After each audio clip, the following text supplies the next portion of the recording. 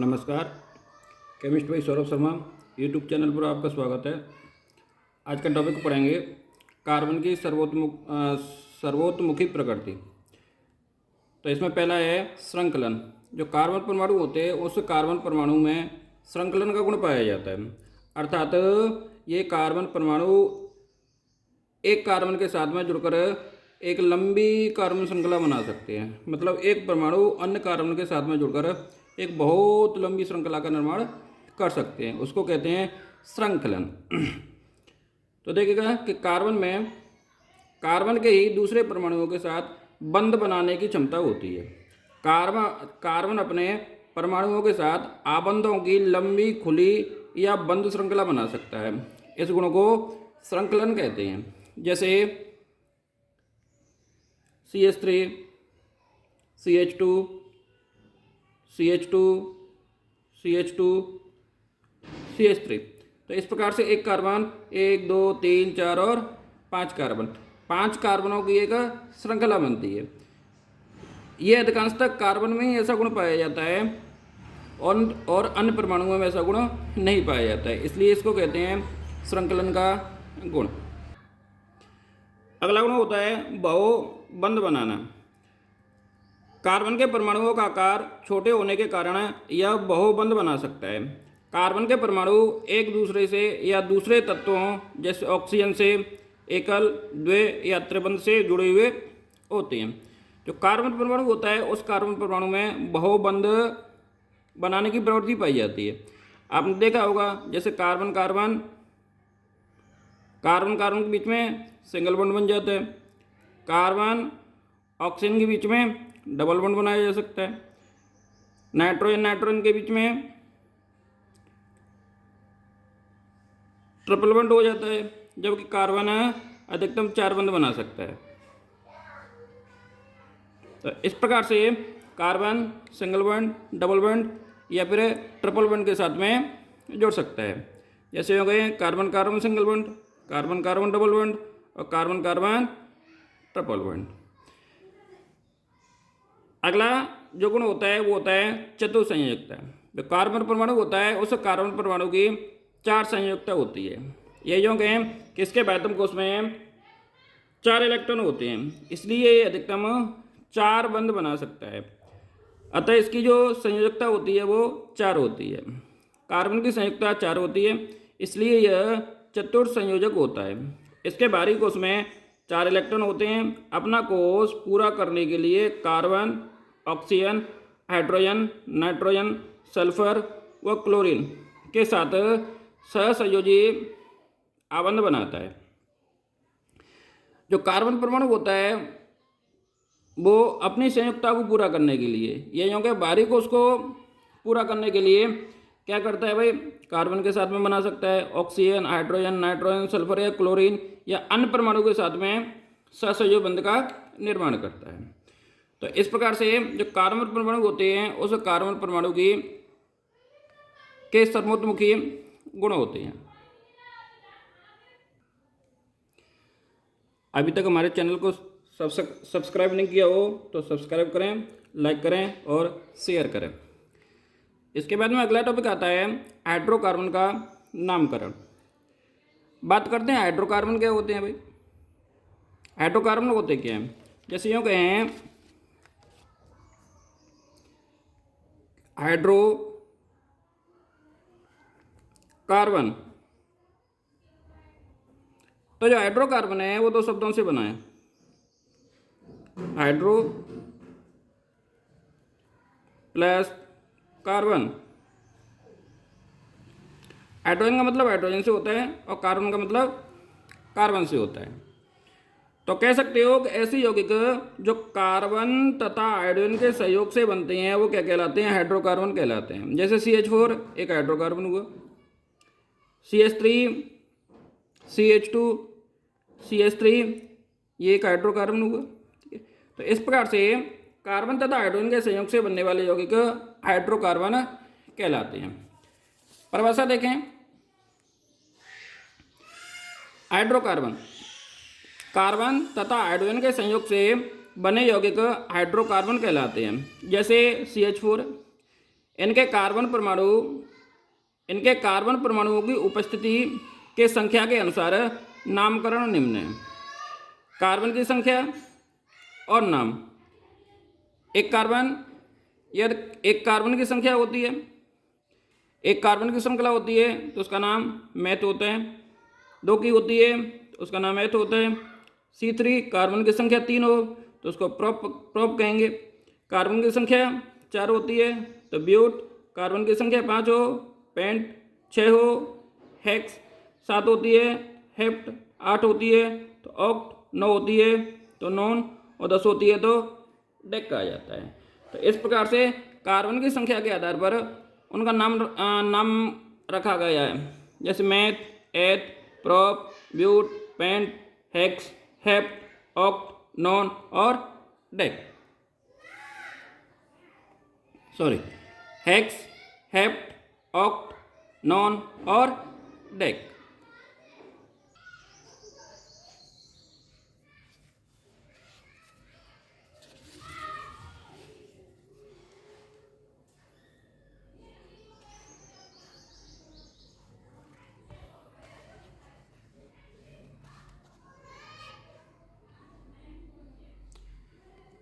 देखिएगा इसमें एथेन की बात करें।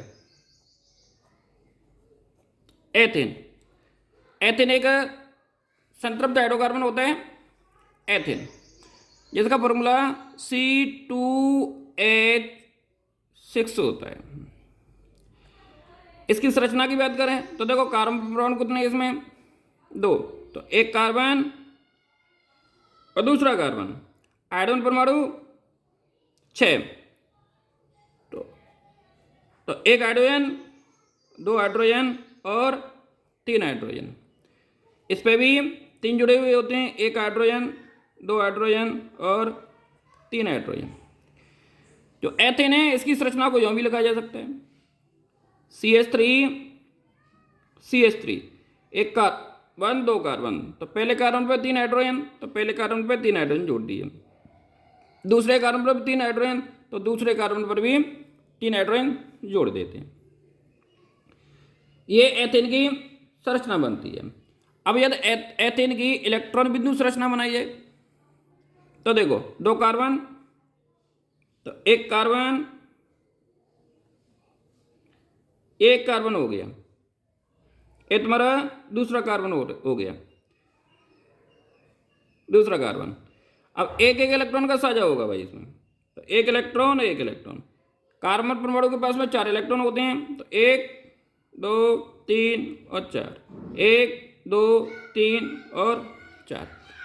अब प्रत्येक इलेक्ट्रॉन के साथ में एक हाइड्रोजन परमाणु इसके साथ में संयोग करेगा। तो इसने यहाँ पे कर लिया, ये यहाँ पे कर ले और ये यहाँ पे कर ले, तो H और H हाइड्रोजन।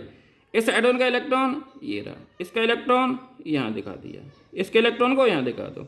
इसी प्रकार से इसका इलेक्ट्रॉन और इसका इलेक्ट्रॉन, तो इसका इलेक्ट्रॉन ये रहा हाइड्रोजन परमाणु, इसका इलेक्ट्रॉन ये रहा हाइड्रोजन परमाणु, इसका इलेक्ट्रॉन ये रहा हाइड्रोजन परमाणु। तो इस प्रकार से ये होती है एथेन की इलेक्ट्रॉन बिंदु संरचना। एथेन की इलेक्ट्रॉन बिंदु संरचना, ठीक है। इसको यूं देखें, ये एथेन C2H6, इसको यूं लिखें CH3 2 कार्बन, पहले कार्बन पर 3 हाइड्रोजन परमाणु और दूसरे पर भी 3 हाइड्रोजन परमाणु, तो 2 कार्बन बना दिए 1 और 2, पहले पे 3 हाइड्रोजन परमाणु 1, 2, 3, ठीक है। हमें पता है कार्बन की संयुक्ता कितनी होती है 4 होती है, तो 1, 2 और 3 और 4। इसी प्रकार से दूसरे कार्बन की संयुक्ता वो भी 4 होगी, तो 1, 2, 3 और 4। ये इसकी संरचना होती है इलेक्ट्रॉन बिंदु संरचना। एक कार्बन को परमाणु, ये कार्बन को परमाणु, एकल बंध का निर्माण हो रहा है, तो एक इलेक्ट्रॉन का साझा होता है, तो एक इलेक्ट्रॉन का साझा होता है, तो 1 इलेक्ट्रॉन, 2 इलेक्ट्रॉन, 3 इलेक्ट्रॉन और 4 इलेक्ट्रॉन। ये 4 इलेक्ट्रॉन कार्बन परमाणु को हो गए। इसी प्रकार से 1, 2, 3 और 4, ये 4 इलेक्ट्रॉन दूसरे कार्बन परमाणु के हो गए। अब हाइड्रोजन परमाणु इनके साथ में सहयोग करेगा, तो एक हाइड्रोजन 2 3, इसी प्रकार से दूसरे कार्बन पर 1 2 और 3 हाइड्रोजन इसके साथ में सहयोग करते हैं और इस प्रकार से संरचना का निर्माण करते हैं। ये होते हैं आपकी एथेन की इलेक्ट्रॉन बिंदु संरचना। तो ये होते हैं हमारे पास में संतृप्त यौगिक, जिनमें कार्बन परमाणु के मध्य में सिर्फ एकल बंध पाया जाता है। अगला जो आता है वो आता है असंतृप्त यौगिक। अभी तक हमारे चैनल को सब्सक्राइब नहीं किया हो तो सब्सक्राइब करें, लाइक करें और शेयर करें। असंतृप्त यौगिक, हमें पता है कि असंतृप्त यौगिक क्या होते हैं भाई, जिनमें द्विबंध या त्रिबंध पाया जाता है। जब कार्बन कार्बन परमाणु के बीच में द्विबंध या त्रिबंध पाया जाता हो उसको असंतृप्त यौगिक कहा जाता है। इस द्विबंध या त्रिबंध वाले कार्बन के यौगिक असंतृप्त यौगिक कहलाते हैं, जैसे एल्कीन और एल्काइन। एल्कीन जिसमें कार्बन कार्बन के बीच में द्विबंध पाया जाता है। भाई एल्कीन कब बनेगा, जब कार्बन कार्बन के बीच में द्विबंध होगा, डबल बंड होगा, जैसे मीथेन, एथीन, प्रोपीन, इन सभी में द्विबंध होगा, तो ये होते हैं आपके एल्कीन। एल्कीन का समान सूत्र CnH2n होता है। यदि n बराबर 2 रखा जाए तो C2H2 और n की जगह 2 रख दिया तो C2H6 होता है। इसकी संरचना के बारे में बात करें, C2H4 की संरचना, या जिसको यूँ कहें CH2 डबल बॉन्ड CH2, इसकी संरचना के बारे में बात करें तो कार्बन परमाणु कितने भाई हमारे पास में 2, एक कार्बन और दूसरा कार्बन, दोनों के बीच में डबल बॉन्ड लगा है, डबल बॉन्ड। पहले हाइड्रोजन पे 2 हाइड्रोजन, पहले कार्बन पर 2 हाइड्रोजन परमाणु, 1 और 2 जोड़ दिए। दूसरे कार्बन पर 2 हाइड्रोजन परमाणु, 1 और दूसरा जोड़ दिया। ठीक है, अब इसकी इलेक्ट्रॉन बिंदु संरचना बनाएं तो इलेक्ट्रॉन बिंदु संरचना यूँ दिखा सकते हैं कि भाई 2 कार्बन, तो पहला कार्बन और दूसरा कार्बन, तो कार्बन कार्बन। इलेक्ट्रॉन की संख्या 1 और 2, 1 2 4, इसके पास में 1 और 2, 1 और 2। अब हाइड्रोजन परमाणु 2, तो इसका हाइड्रोजन परमाणु ये रहा, एक ये रहा, एक ये रहा और एक ये रहा हाइड्रोजन परमाणु। इसका इलेक्ट्रॉन यूं दिखा दो। इस प्रकार से ये एथीन की इलेक्ट्रॉन बिंदु संरचना बनती है। इलेक्ट्रॉन बिंदु संरचना इसको यूं देखें, जैसे एथीन C2H4, या जिसको लिखा था CH2 डबल बॉन्ड CH2, तो 2 कार्बन परमाणु, तो 1 और 2, दोनों के बीच में द्विबंध डबल बॉन्ड। एल्कीन में डबल बॉन्ड होता है, असंतृप्त यौगिक होते हैं, एक हाइड्रोजन परमाणु, दूसरा हाइड्रोजन परमाणु, एक हाइड्रोजन दूसरा। कार्बन की संयुक्तता देखें भाई, 1 2 3 और 4, 4 पूरी हो गई। इसकी भी 1 2 3 और 4 पूरी हो गई। इलेक्ट्रॉन बिंदु संरचना की बात करें तो एक कार्बन परमाणु, 2 कार्बन परमाणु, डबल बॉन्ड बन रहा है तो 2 इलेक्ट्रॉन का साझा होगा, तो 1 2 3, 1 इलेक्ट्रॉन, 2 इलेक्ट्रॉन, 3 इलेक्ट्रॉन और 4 इलेक्ट्रॉन कार्बन के, 1 2 3 और 4 दूसरे कार्बन के। एक हाइड्रोजन परमाणु इसके साथ में सहयोग करेगा, तो ये हाइड्रोजन परमाणु इसके साथ में सहयोग करता है, इसके साथ में सहसंयोजी बंध का निर्माण करता है। तो इस प्रकार से हाइड्रोजन के पास में तो टोटल 2 इलेक्ट्रॉन हो जाते हैं, जबकि कार्बन परमाणु के पास में 8 इलेक्ट्रॉन हो जाते हैं।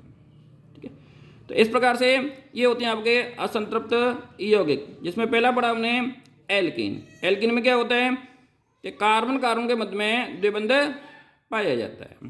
ठीक है, तो अभी तक हमारे चैनल को सब्सक्राइब नहीं किया है तो सब्सक्राइब करें, लाइक करें और शेयर करें। धन्यवाद।